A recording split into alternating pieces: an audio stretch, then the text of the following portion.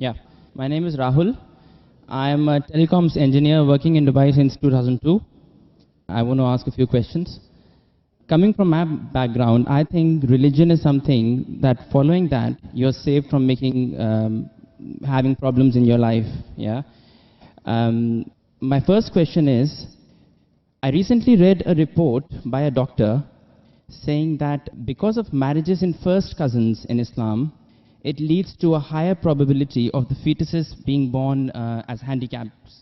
Yeah, it increases the probability of the babies born without hands or without legs.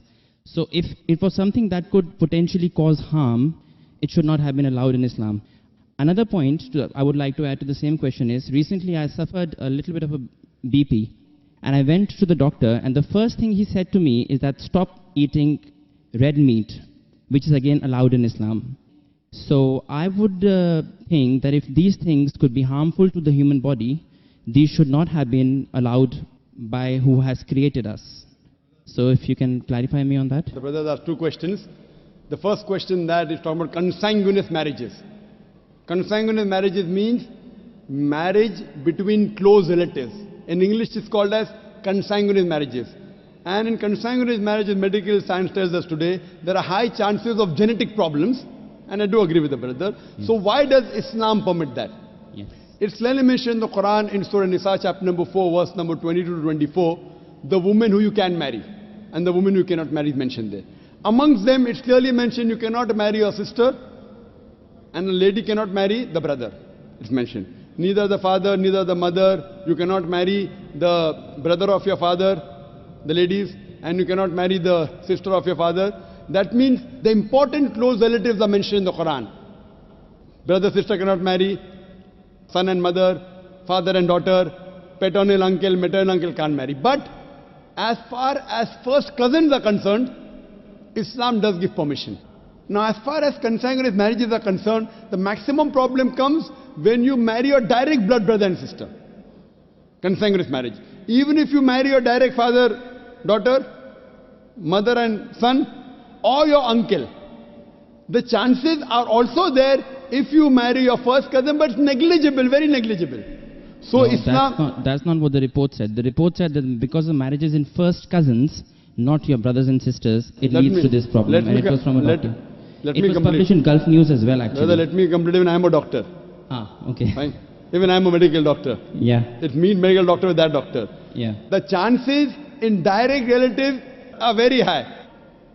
Yeah. If a sister and brother marry, the chances are very high. Yeah. If a father and daughter are very high. You have read only one report, you haven't read the other report. Yeah. So you only read Gulf News, I read medical books. So Gulf News is better or medical books is, brother? Right, Which so is better? your point is marrying in first cousins, the lesser, chances of getting problem is negligible. As compared to brother and sister. As compared to. Yes, as compared to. Yeah. But still there is a... Brother, will you let me complete my answer or? Sorry, yeah, please. So you have more faith in Gulf News? No, not really. I'm here to find the truth. That's right. So what you realize that consanguineous marriage, and I agreed with you. I didn't say it's not there. Yeah. So I'm not trying to beat around the bush. But compared, it is negligible. Compared to direct blood brother and sister. Now, I do agree that there are medical genetic problems in various ways.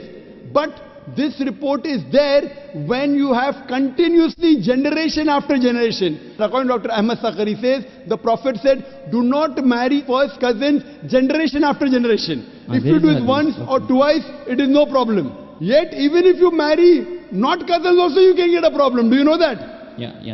So that doesn't mean that you stop marriage only. Right. So there is a hadith which says that do not do it generation after generation. Yes, but otherwise, generally there's no problem.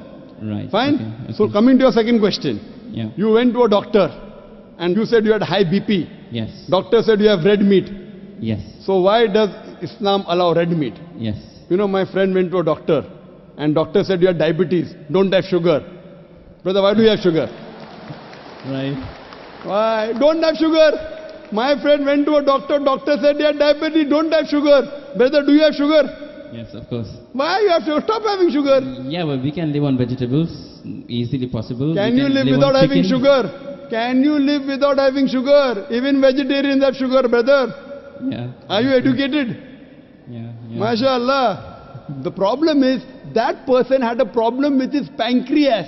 Yeah. In the pancreas, there are islets of Langerhans which break down the sugar. Because my friend had a problem in the pancreas, he could not break down the sugar. Therefore, the doctor said, don't have sugar.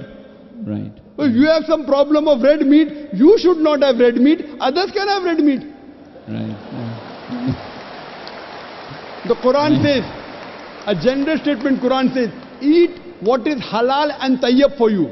There's a verse in the Quran, eat what is halal and tayyib for you. For a person suffering from diabetes, sugar is not tayyib. So according to the Quran, a person having diabetes should have less sugar. It's a general statement. Eat what is halal and tayyib for you. That means certain things which is good for others may not be good for you. But there are certain things which are bad for everyone. Alcohol. Alcohol is bad for everyone. It is prohibited for everyone. Pork is bad for everyone. Therefore, pork has been prohibited for everyone. What you realize, certain food, because of the way your metabolism is made, because it's a problem for you, doesn't mean that everyone should abstain from it. Hope that answers the question, brother. Sure. Okay. My next question is, Islam allows marriages, a husband to marry more than one wife, 4 wives. Is it compulsory to take the permission from the wife before marrying that second one? Because a lot of Muslim girls have told me that, they have to take permission from the first wife, so our interests are taken care of. I hope you don't intend to become Muslim and marry more than one wife, huh? No, I don't. Because there's a new law in the Indian government. If a Hindu converts to Muslim and marries more than one wife, then there's a problem. Yeah. There's a new law that's passed. I don't intend to, but I just need to find out. Don't intend to marry or don't intend to convert? I won't answer that now. There was the question that is it compulsory that a husband should take the permission of his first wife before he marries the second wife? As a general rule, because it is mentioned in the Quran that a man can have more than one wife, it is not required for a man to take the permission of first wife, but it is preferably takes permission or at least informs her. Okay. Yeah. As far as permission, certain conditions become compulsory. During a nikah, during a marital contract, a man or a woman, before they get married, they can put any conditions which are permitted. If the woman puts a condition in the nikah nama that my husband will not take a second wife as long as I live, because marrying more than one wife is optional. So if she puts a condition, then it becomes compulsory for the husband to take the permission of the wife, otherwise he cannot marry. If this is not mentioned in the nikah nama, if it's not mentioned in the marital contract, it's not a must, it is preferable. Okay. Hope that answers the question. Thanks.